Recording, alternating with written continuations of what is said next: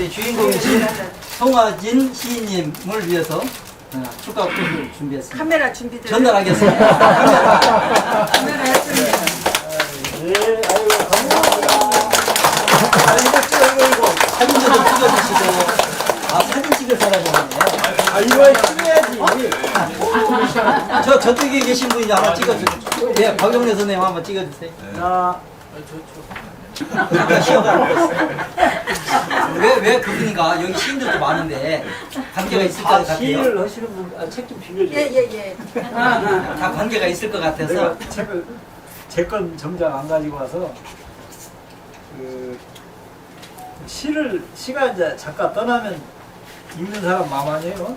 근데, 그래도 또 쓸 때는 나름의 어떤 의미를 갖고 쓰는 거니까, 그 서문 자서라고 써진 부분을 앞에.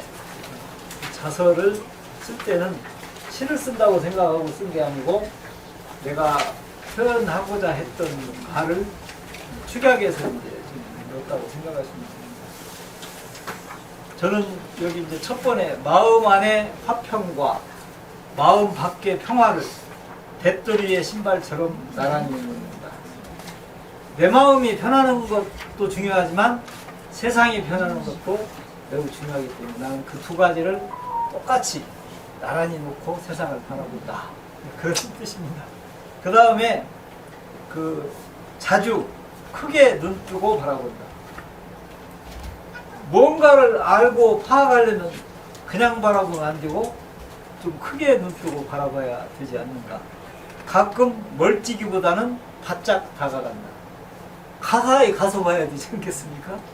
그 다음에는 어쩌다 벌거벗고 들어앉을 때도 있다. 이 부분 때문에 우리 오경진이가 이 모란 속을 걷다도 이제 마지막에 벌거벗고 들어가는 장면이 나옵니다. 나를 벗어버리지 않고 남을 파악한다는 건 어렵다고 저는 생각합니다.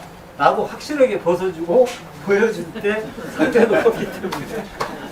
그 다음에 이제 어떤 세상 살아가면서 뾰족하게 깎을까? 둥글게 다듬을까? 차갑게 얼릴까? 따뜻하게 데울까? 뜨겁게 끓일까? 그럼 그때그때 또 상황 따라서 세상을 대하는 태도는 다를 것이다. 그 다음에 이제 복잡하다, 애매하다, 멍하다. 더 많죠. 세상은 엄청 복잡하고 머리 아프고 하여튼 애매모호하고 그러지 않습니까? 세상과 우리네 삶이 그렇다고 치면 이렇게 복잡하다고 치면 나의 언어는 순하고 단순하고 쉬운 편을 택하고 싶다. 세상도 어렵고 복잡한데 내 언어까지 어렵게 만들면 상대방은 얼마나 머리 아플까? 그걸 저는 생각합니다. 그래서 저는 비교적 쉽게 꼬지 않고 너무 지나친 상징어를 쓰지 않고 막바로 들어가는 대화법을 쓰는 것이 시도 사회적 기능을 갖는다고 저는 생각을 합니다. 시가 과연 세상을 위해서 어떤 기여를 할까? 근데 어렵고 안 읽으면 세상을 위해서 아무 역할도 하지 못할 것이다. 그런 믿음을 가지고 아마 제가 이제 아까 이 평론가가 보긴 잘 짚어요. 내가 아마 문민관이었기 때문에 그런 생각을 가질 것이다 이런 생각을 합니다. 그 다음에 이제 시를 쓰면 제 생각을 쓰는 거잖아요. 관념이 됐건 어떤 망상이 됐건 다 하나로 통일하는 생각이라는 단어로 요약할 수가 있다고 저는 봅니다. 마음속에 있는 것을. 내 생각이 표현을 누군가에게 했으면 내 글을 읽은 사람 또한 어떤 느낌을 가질 수가 있지 않습니까? 그 느낌이 들 수 있기 때문에 가능하면 정성껏 전문화하러 했습니다. 이왕이면 잘 꾸며서 잘 써야죠. 이 전묘주의의 그 그림에는 한때 전묘법이 많이 발전했지 않습니까? 점을 콕콕 찍어서 이게 실제 사물처럼 보이게 만드는 건데 어차피 시도 다 표현은 못하지만 몇 가지를 표현할 때 가능하면 정성을 들여서 전묘를 하는 게 옳을 것 같다. 그런 생각입니다. 그 다음에 여기 보면 사람과 지구와 하늘의 생기를 많이 생각한다. 결국 살아있음을 생동하는 것을 사람과 지구와 하늘, 천지인을 의미합니다. 하늘과 땅과 사람이 다 생기가 있어야 결국 모든 세상은 잘 돌아갈 것이 아닌가 그런 생각이고, 이제 마지막에는 언젠가는 연기처럼 희미해질 인연들의, 우리 다 언젠가는 다 희미해져 가겠죠. 그때의 그 인연의 사연을 되돌아보면서 그때그때 때를 맞춰서 진심 어린 감사를 드리며 나는 살아가고 싶다. 이게 제 서문이고요. 끝에 보면은 그 우리 유명한 대한민국 조선주의 천재라고 불렸던 매월당 김시습 선생의 시를 한 편 여기다 넣었습니다. 사실 이분의 시는 굉장히 많고 거의 다 한자 시인데, 제가 이것은 다른 사람이 해석했던 것 제 나름대로 해석을 보태서 유객이라고 하는 시인데, 요즘 제 심정하고 약 비슷한 데가 있어서 골라서, 청평사에 머무는 한 나그네. 자, 어딘가에 머무는 나그네죠. 춘천의 청평산, 네. 어봉산. 그런데 오래 그 있었어요. 나그네가 봄산을 자유로이 논이네. 제가 이제 그런 상태잖아요. 새는 울고 탑은 외로이 고요한데 꽃은 떨어져 시냇물 따라 흘러가네. 나물들이 막 이제 이렇게 솟아나서 좋은 나물들이 때를 날아 돋아나고, 이제 비가 오니까 이렇게 막 돋아나죠. 향기로운 버섯이 비를 맞아서 부드러워졌네. 시를 읊으며 걷다가 신성골 들어서니 나의 오랜 근심도 사라지네. 이제 이런 그 김시습의 시가 저하고 요즘 상황하고 약간 비슷한 것 같아서 거기까지 제가 했습니다. 진짜 미라요. 왜냐면 2분 반보다 남았는데 한꺼번에 다 하면 재미없을 것 같아요. 자, 이거 저 순서 잘 지켜야 돼요. 내가 다 적어왔어요. 송이, 이게 이제 읽는 순서입니다. 오란소를 갖다 송하진 시인님의 시의 일부를 이충재 시인문화평론가가 담은 거를 읽어드리겠습니다. 말이 아는 마음에 새긴 사연을 시의 주머니에 담는다. 송하진 시인의 작품들 한 편 두 편을 감상할 때마다 시인이 품어온 이상과 현실의 균형 감각을 발견할 수 있었다. 아마도 시인이 오랫동안 남다르게 공직에 몸담아온 탓일까. 그것도 조국의 현실, 지구의 현 상황을 가슴 깊이 직시하면서 살아온 이력이 시라는 매개를 통해서 독자들의 일상적 표면으로 노출된 까닭일 것이다. 지성인의 세계를 리드하는, 특히 정신세계의 힘을 빌려서 시문학을 하는 시인들은 사사로운 시시비비에 빼어서 일희일비해서는 안 된다는 것이고, 랄프 알도 에머슨의 사상과도 동일한 중심론을 견지해야만 긍정적 인간의 발전을 꾀할 수 있고, 건강한 역사관과 민족과 인류애를 지닐 수 있음을 잊지 않아야 할 존재들인 것이다. 이렇게 짧게 마치겠습니다.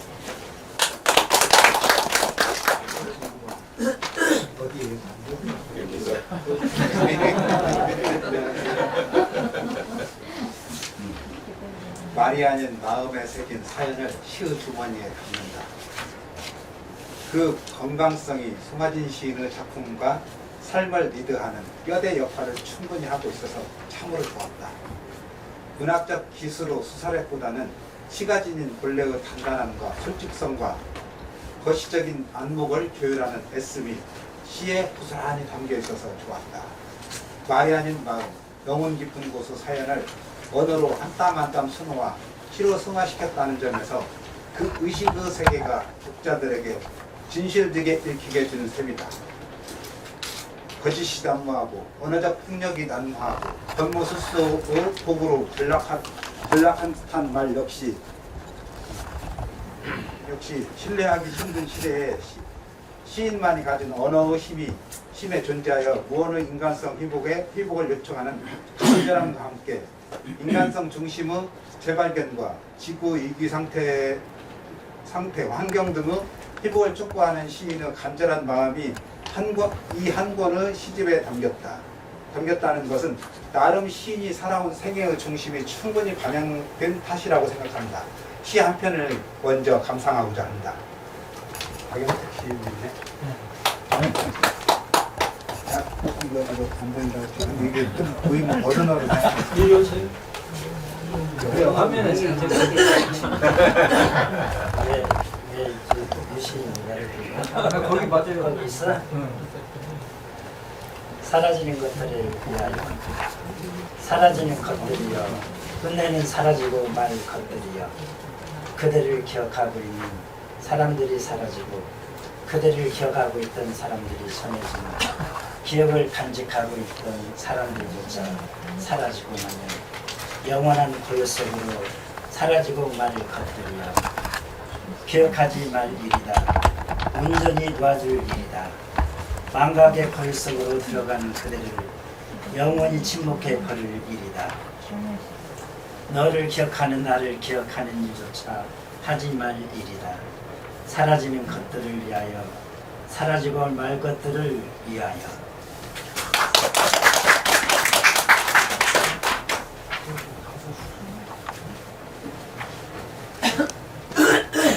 말이 아닌 마음에 새긴 사연을 시의 주머니에 담는다.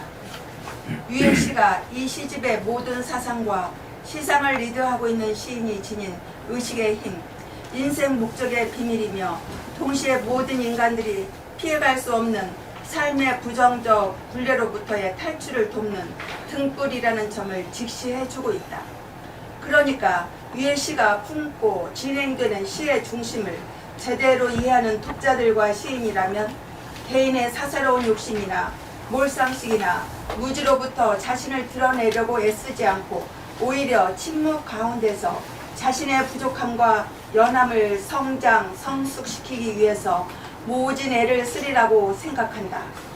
그렇지 못한 사람들 주변은 늘 요란하겠지만 말이다. 시문학인 까닭에 산문이나 논소물과 같이 굳고 자신의 사료가 부족한 주장은 하지 않지만 시적인 압축과 내재율과 리듬과 상징적 형식을 도구삼아 사람들 마음의 감동으로 건강성을 리드해 가고자 하는 의도가 분명하게 발견된다고 할 수 있다. 모든 것은 하나 없이 사라지는 것이 이 땅의 순리이며 인생인 것이다. 다시 돌아오지 않을 삶이라고 마음 깊이 염두에 두고 살아간다면 이 땅의 거짓과 온갖 폭력과 다툼과 반목과 탐욕 등 3분의 2 이상의 죄악의 모형들은 사라지거나 변화되어 행복한 삶을 위한 청사진으로 화하게 될 것이 분명하다. 그 속뜻과 의미를 이 시에서 느낄 수 있어서 좋다. 다른 시 한 편을 더 감상해 보기로 하자. 가뿐가뿐 떠나자. 이연이 순서대로 정리가 왔습니다. 그 다음이죠? 그거 안 하시고 제가 가뿐가뿐 떠나자. 송하진. 자 우리 묵은 자리 툴툴 털고 일어나 어디론가 가뿐가뿐 떠나자. 텃새처럼 을의 그러함으로부터 벗어나 낯설고 귀에 선 두려운 길을 떠나서 그 어딘가 그 무엇인가에게로 다가가보자. 가까이 다가가서 두려움 속으로 풍덩 빠져버리자. 가까이 더 가까이 깊이 더 깊이 다가가지 않고 어떻게 새로운 알매 발목하랴. 언제쯤 형광처럼 빛나는 깨달음과 마주서랴. 어딘가에서 왔다가 또 다른 어딘가로 떠나야 할 우리. 떠나자. 가뿐가뿐 떠나자. 이승도 낯선데 저승은 얼마나 낯설까. 가뿐가뿐 떠나는 연습을 하자.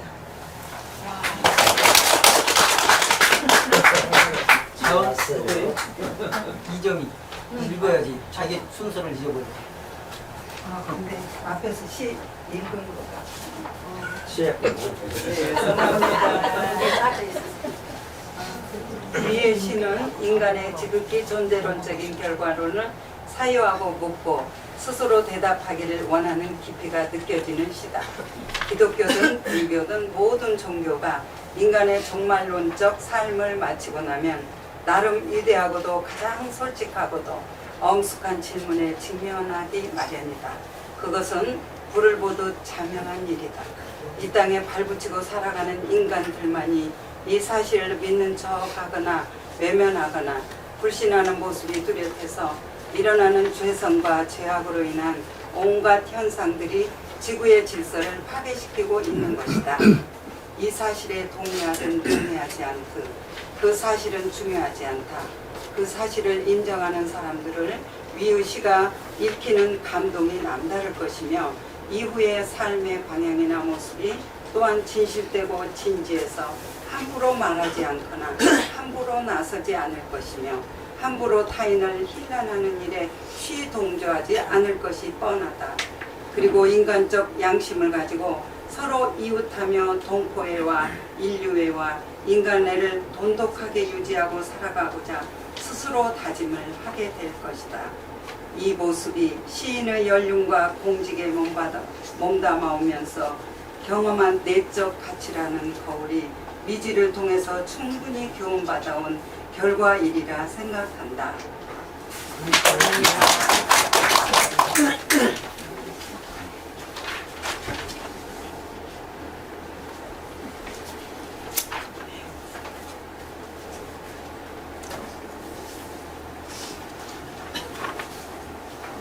오늘은 대한민국 광복 80주년을 맞이하는 기념일이라고 말한 바 있다.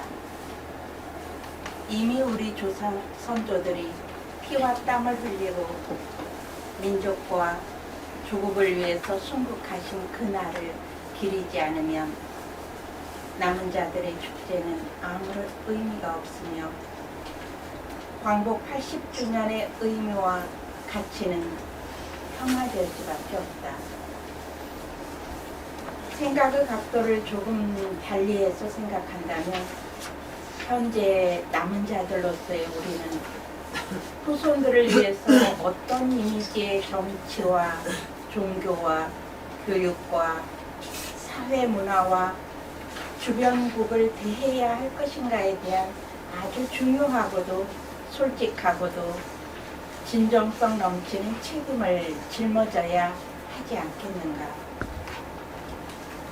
이러한 자성론 담기는 의식의 변화가 일지 않는다면 이 한 편의 시를 정성 들여 쓴 시인은 가슴을 치면서 슬퍼하지 않을까 아주 사적인 생각을 해본다.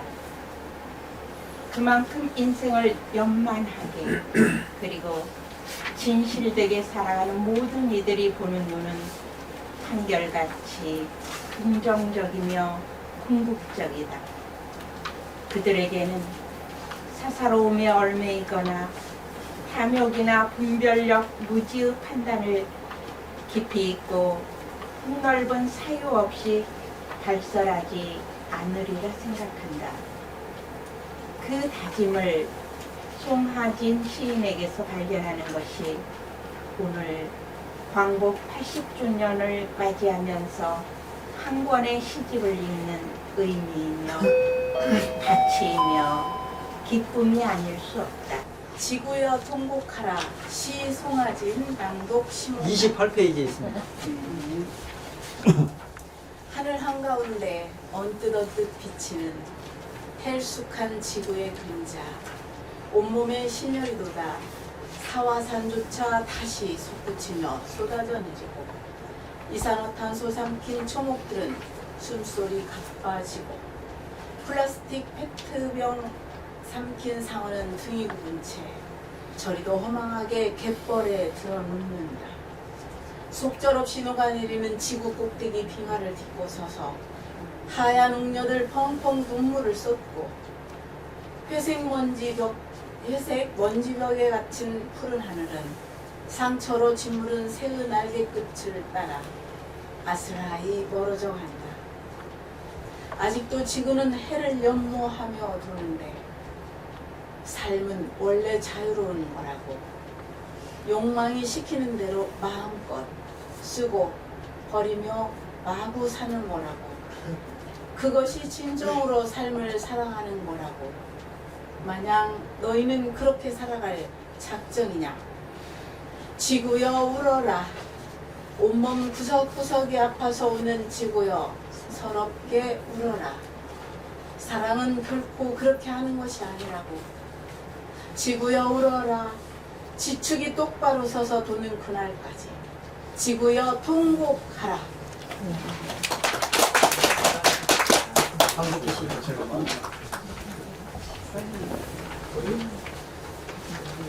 말이 아닌 마음에 새긴 사연을 시의 주머니에 담는다. 위의 시는 이 땅의 남은 인류에게 분명한 책임을 촉구하고 있는 의미의 시로 읽힌다. 이 시는 또 다른 시, 달이 지구에게 안부를 묻는다와 잠디 너를 밟는다, 잠기의 꿈, 옥상의 비둘기, 장학개비, 달시, 그리고 아직도 빛나는 저별들과 함께 병행하여 일족을 한다면 시인의 시인적 진실되고 간절함을 조금은 더 진지하게 이해하게 될 것이다. 귀한 시집이 원지적 결과물과 문명의 이기가 망가뜨린 인간들의 뜨거움으로 인해 혼란스러운 시대에 참된 인간성 회복의 일침과 이로 인해 지쳐 삶으로부터 일탈의 간절한 슬픔을 느끼며 살아가는 모든 독자들을 위한 힐링시가 되기를 간절히 바라며 시인의 건강, 건피를 기원드립니다. 감사합니다.